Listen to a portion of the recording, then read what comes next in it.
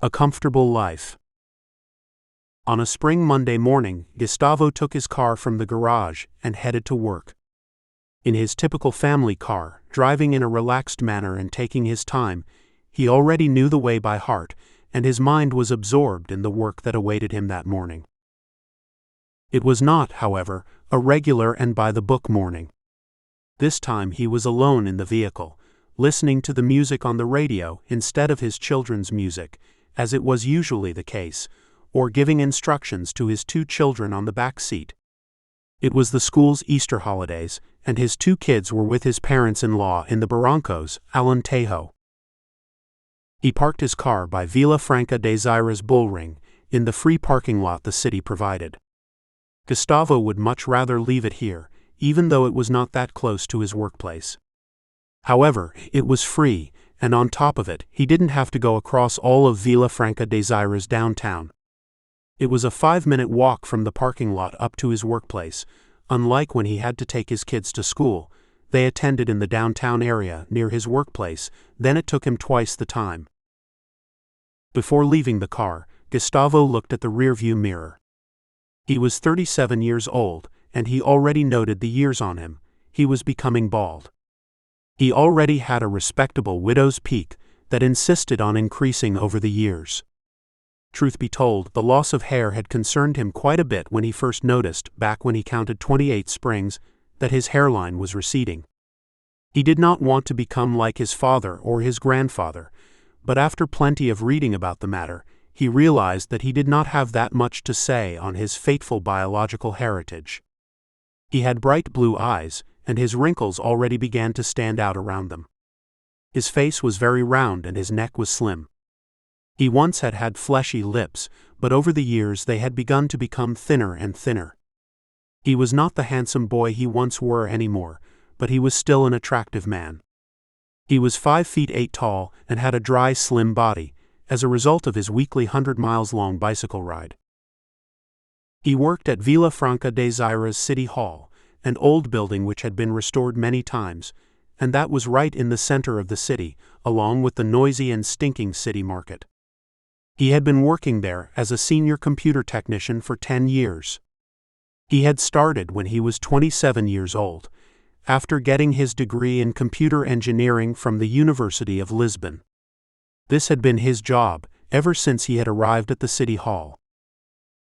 That Monday, he had decided to go visit some local schools that had been asking for some tech support for quite some time. After dropping his briefcase on his desk, he checked his messages, and whether his boss had already arrived, before heading out to the City Hall's car park to request a vehicle. At 9 o'clock sharp, he was already cruising National Road 10, which he knew by heart, on his way to visit 4 schools at the extreme western end of the city. After 10 years in this line of work, Gustavo liked to schedule his work hours carefully. In the morning, he enjoyed visiting the schools, departments, and other city places that had requested a tech support. That being said, during the afternoon, he would rather remain in his office, and he would usually manage to get away with not doing any real work for the city. His morning went by quickly. Between 9 and 12, he managed to visit and solve the problems in all 4 schools. His boss called him twice to know where he was and asked some information about a certain case. During these 3 hours of work he only stopped, as it was also a habit of his, at a well-known snack bar, to take his usual coffee with milk and a slice of cake. Whenever he ate the cake, he thought it was about time he changed his order due to the high calories he was taking in, but he always convinced himself that his weekly bicycle ride would help him feel free to enjoy such pleasures. At 12, he made his way back to the City Hall's car park and returned the vehicle. Before he went back to his office, he had stopped to have a chat with the head of the car park's division, Sergio Pereira, a man around his own age and possibly his only friend at City Hall. He waited for him to finish a call before approaching him. "How did your weekend go?" greeting him with a handshake. Same as always, depressing, letting out such spontaneous laughter that Gustavo couldn't help but note his yellowed teeth, a testament of many years of smoking. "Let's have lunch in half an hour," Gustavo asked, smiling. Sounds good to me, I'll wait for you here. Gustavo made his way back to the office and went directly to see his boss, the engineer Mario Valaris, a man almost on his 60s, bald, short and very skinny, who smoked compulsively, which had earned him some chronic coughing and a yellowish heavy mustache. Valaris' desk was always full of papers, exactly the opposite of Gustavo's much more organized and meticulous desk. "Good morning, boss." "Good morning, how are you?" And without waiting for an answer. "They called right now from the Department of Environment to know if you already have the abandoned vehicles program finished." "Ah, not yet. It should be ready this week if all goes well." "One more thing, do you think you can stop by the museum this afternoon? It seems they have a problem with the program you've coded for them." Valaris knew Gustavo would not like this order. As a creature of habit, Gustavo only enjoyed going out in the morning. Still, their relationship was pretty good. Valaris knew Gustavo was certainly his best computer technician.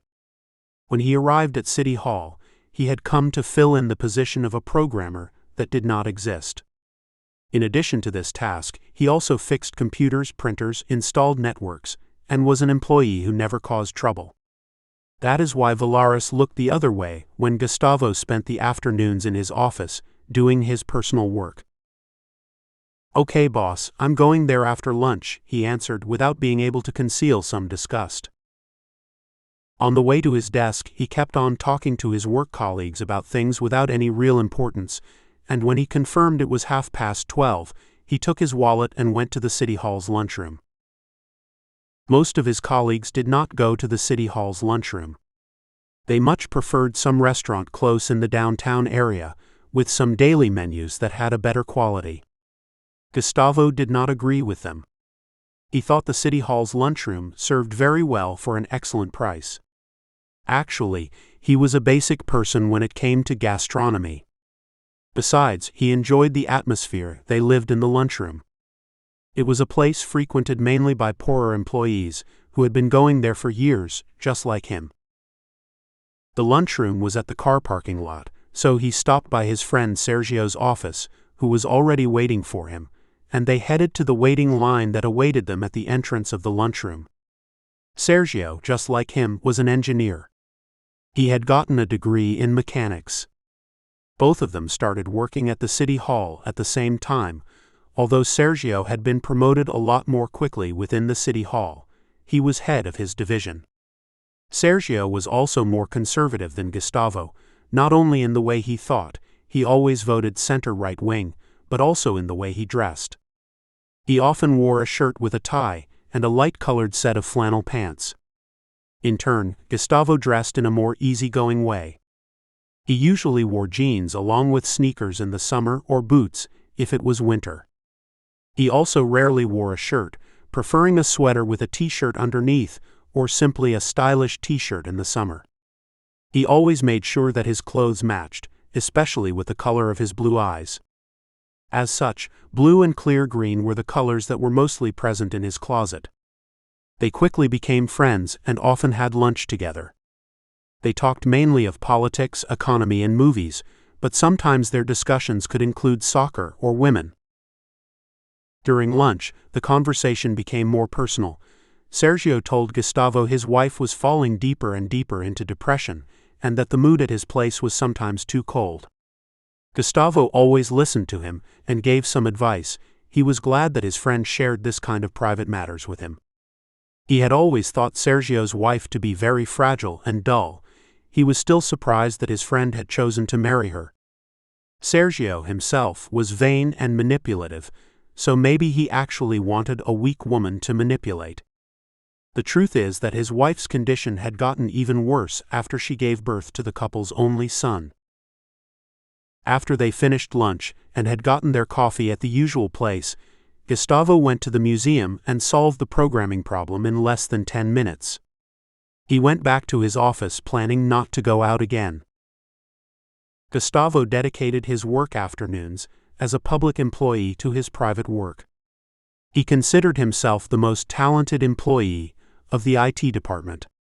He thought that what the city paid him was far too little for him to devote his afternoons to the City Hall's needs. He always dreamed of working at a renowned company or at some creative firm that would motivate him to improve his own skills.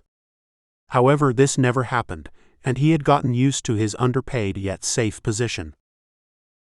He was a man with a mind full of projects. He had a personal blog, which he updated weekly, with computer information hints he had obtained from other web pages or from his own experience.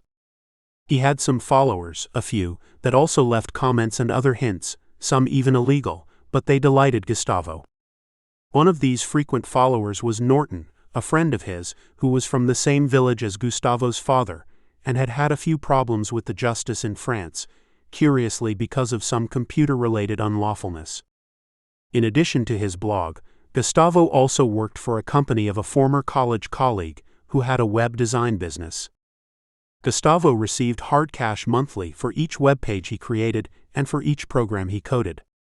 He also watched free online courses, generally about computer information, but lately he had become interested in human behavior and forestry production. There were even some moments when he watched a movie or simply surfed the internet aimlessly. At 5 o'clock he left religiously. It was very rare for him to stay at the office even for 1 minute past the hour. He always left in a hurry and never said goodbye to his boss, because he was afraid he would give him some task that would delay him. On that day he did not have to go pick up his kids, he missed them and the joy they always showed when they saw him. He walked to the bull ring with a colleague from another department, who also had the car parked there. As he made his way back to his house, he planned the rest of his afternoon. He intended to eat something light and then go for a ride for a few miles on his bicycle. Then he would take a quick shower and rest in front of the TV or the computer until it was time to take care of dinner, which he would share with his wife Marta. He lived in the district where he worked, to be more exact the parish of São João dos Montes, a very rural parish with a pretty low population density. 8 years ago, he had bought with Marta a small house in a very cheap place, and with good access that was called Cotavios in the same parish, but since both of them had a rather good salary and with their increasing family, they decided to buy a house in a new middle-class neighborhood called Edifreri. The house was big, with a good garage and a small backyard where he used to play with his children and make barbecue for his family and friends, who visited them now and then. He felt proud of his house, of being able to offer his kids a big and comfortable house, and would often remind them that he did not have his own bedroom when he lived in his parents' house. His wife worked at a yogurt factory in Arruda dos Vinos, but she had a more complicated working time compared to Gustavo. She got in at 9 in the morning and generally left at 7 p.m. Albeit she was responsible for quality control, her salary did not correspond to her responsibilities or to her dedication to her job. She was clearly exploited by the company. After parking his car in the garage, he made himself a small snack as he had planned, and left on his bicycle through the woods that were near his house. He had picked up riding several years ago to make up for the sedentary life he led. In addition, Gustavo was vain. He liked to make it to summer with a fit and muscular body, even if, over the years, his goal was to not grow a belly. When he got back home, he took a quick shower and began to cook dinner. At the same time, he cleaned up the kitchen to the sound of some music. He was a fan of 80s and 90s rock. He also enjoyed some national hip-hop. He was, after all, a suburban guy raised in Kassam. He did not like to cook, so he always prepared simple and quick dishes, usually something frozen that would be ready in 5 minutes. At 8 o'clock sharp, his wife arrived. Marta was 5 feet 3 feet tall, but she was very thin, which made her seem taller. She had beautiful dark brown long hair and tan skin. An attractive woman, even though she had already had 2 children and was 37 years old. One could clearly notice that she already had several wrinkles along her eyes and mouth. Despite this, she wasn't too concerned with it. She hardly used any ointments and only used makeup on special occasions. During dinner, the couple talked of the invoices to pay, the children and the tasks they had to take care of at home. Most of the time their conversations were always about these subjects. Seldom did they talk about themselves, their feelings, or their relationship. After dinner, they cleaned up and Marta went to the living room to watch TV, while Gustavo took the computer to his bedroom. Marta liked to see soap operas and reality shows of any kind, from unknown people inside a house, to programs about how to remodel your home and even cooking contests. Gustavo thought it was all a huge waste of time, television trash as he commented, and would rather be in his bedroom watching some movie he had illegally downloaded from the internet or talking to some friend he had met through some social network. Obviously, this week was different. The kids were not at home and they could both be a bit more at ease, since otherwise they would usually be watching some children's program or reading some tale for them to go to sleep. Before going to sleep, Gustavo read a little. He always had some book on his night table. He preferred the classics, but it took him months to finish any of them. After his reading session, he went to the living room and said, "I'm going to sleep, are you staying?" "Yes, I'll just stay up for a little bit, I won't take long." Gustavo knew it was a lie. She would stay up until the last soap opera ended, way past midnight. They said goodnight with a light and cold kiss, and Gustavo went to bed, masturbated as usual, thinking of some work colleague, and fell asleep after he had finished. The couple's life had become rather similar to the cold and light kiss they had shared. After the birth of their second son, the couple only had sex once a trimester, on average. Gustavo still felt attracted to his wife, and still remembered with some nostalgia the first years of dating and marriage, when they had sex on a daily basis. Over the years, however, his wife had begun avoiding physical contact and, tired of being rejected repeatedly, he gave up on reaching out to her and got in the habit of satisfying himself. Marta, on the other hand, felt tired and without any drive, even though she still loved her husband and found him to be attractive. The rest of Gustavo's week resembled that Monday, without any big news. He missed his kids more and more, but the idea of having to go to his parents-in-law's next weekend filled him with some uneasiness. He did not have a tight relationship with them, nor with the rest of Marta's family. He did not like Barrancos or their inhabitants, and most of all, he thought his parents-in-law's house was small and uncomfortable. He foresaw a really boring weekend with the same old conversations, and the same old silent moments that had once been awkward and were now increasingly banaler. Little did Gustavo know that it would be an unforgettable weekend, and maybe the last one in Barrancos. That Friday, he had arranged with Marta to make a trip to her homeland. She would leave work earlier, at around 6 p.m., and she would leave her car at the bullring. Then they would both go to Barrancos in Gustavo's car. At 5:30, Marta called him saying she would be a little late. That came as no surprise to Gustavo, who, after 13 years of relationship, was more than used to her lack of punctuality.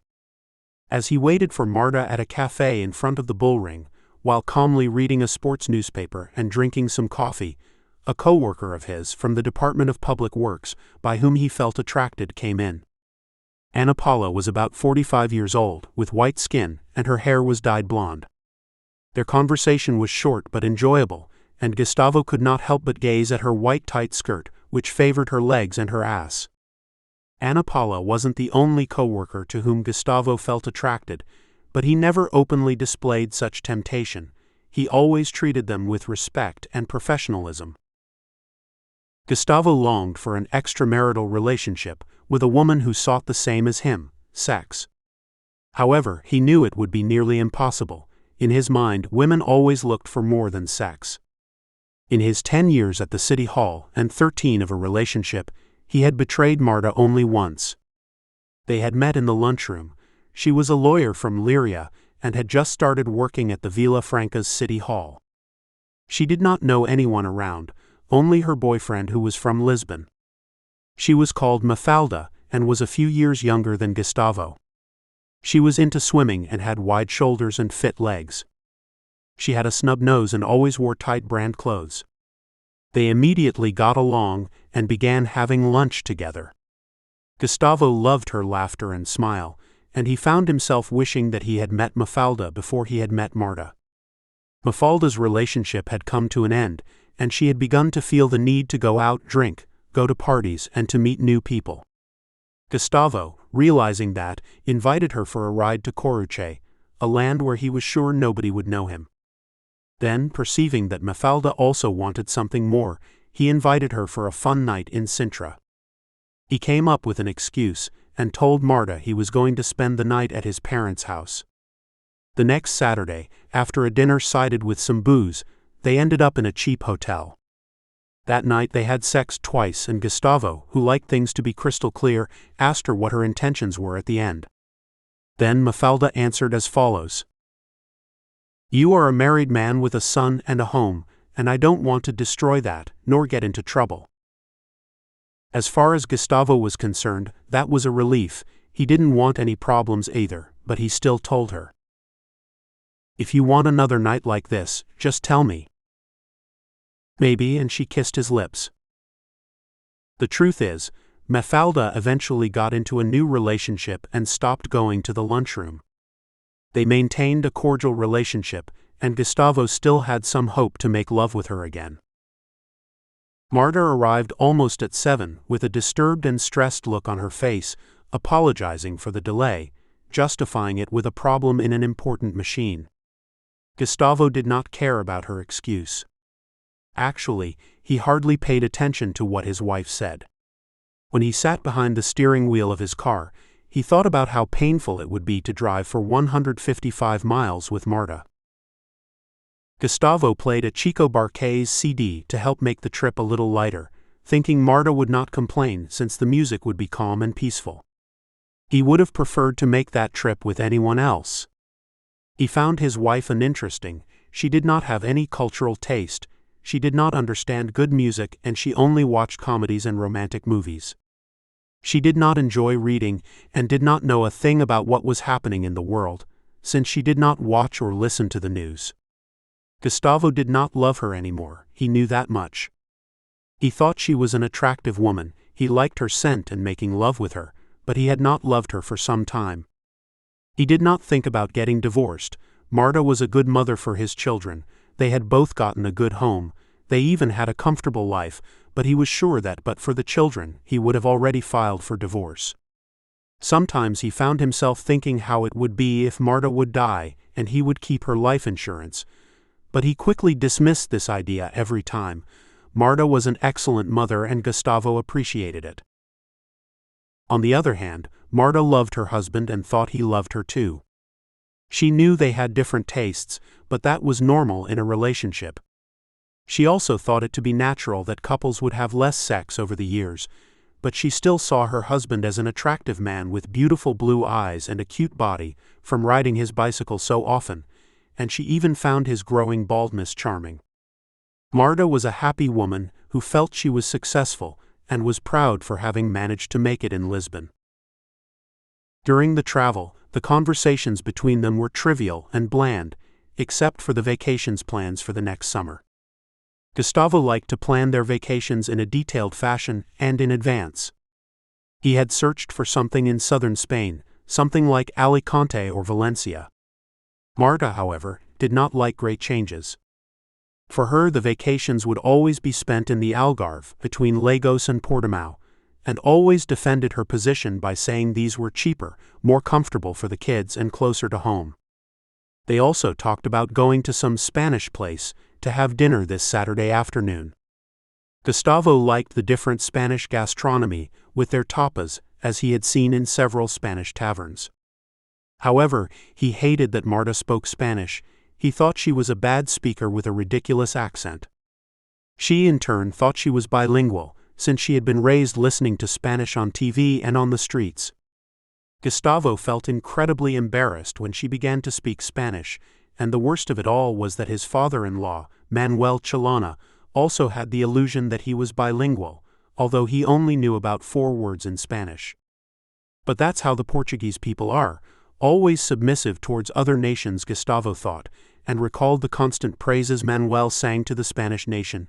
Spain is good at it, until he got sick of it one day and told him, "If Spain is as good as you say, then why don't Basques and Catalans want to be Spanish?"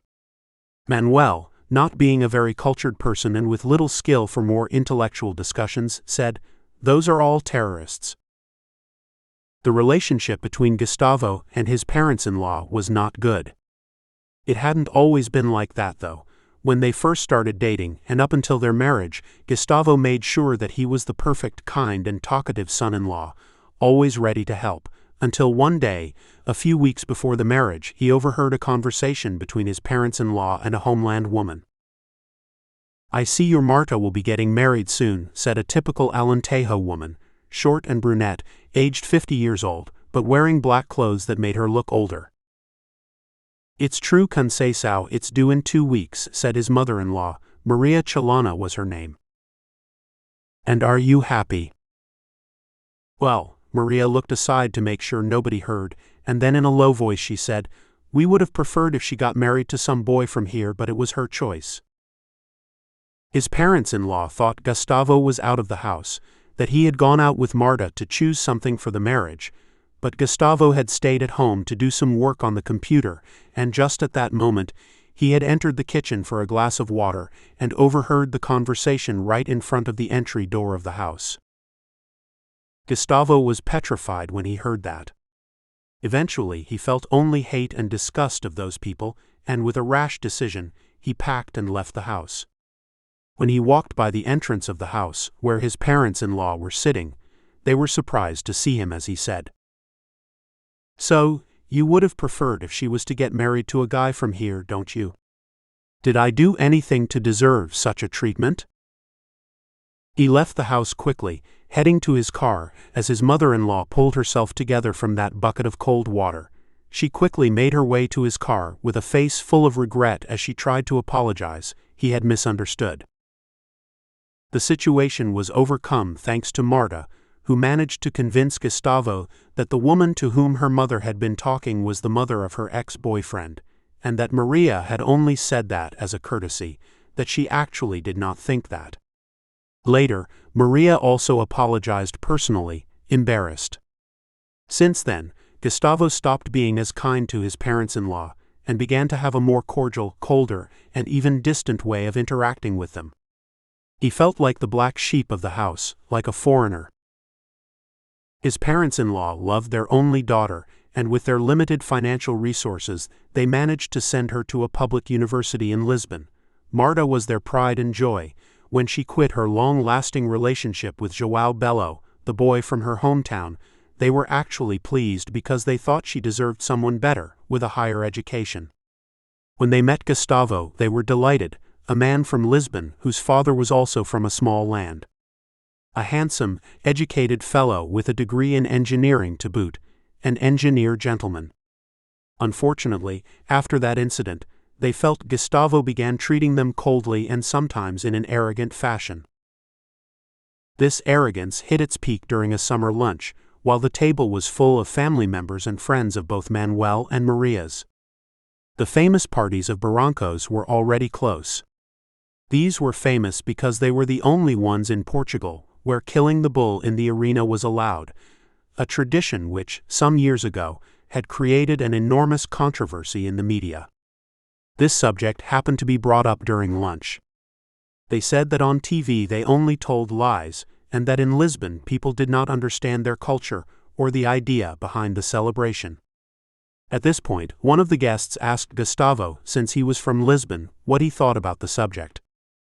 Gustavo, who usually avoided such subjects, and wasn't too fond of speaking in public, nor of being in the spotlight, saw this occasion as a unique moment to set himself apart from all the people he was growing to despise more and more. "Well, I understand that people like to cling to their culture as a way of differentiating themselves from other cultures or people. Unlike those who aren't part of it, those who follow a certain tradition often can't see the forest for the trees.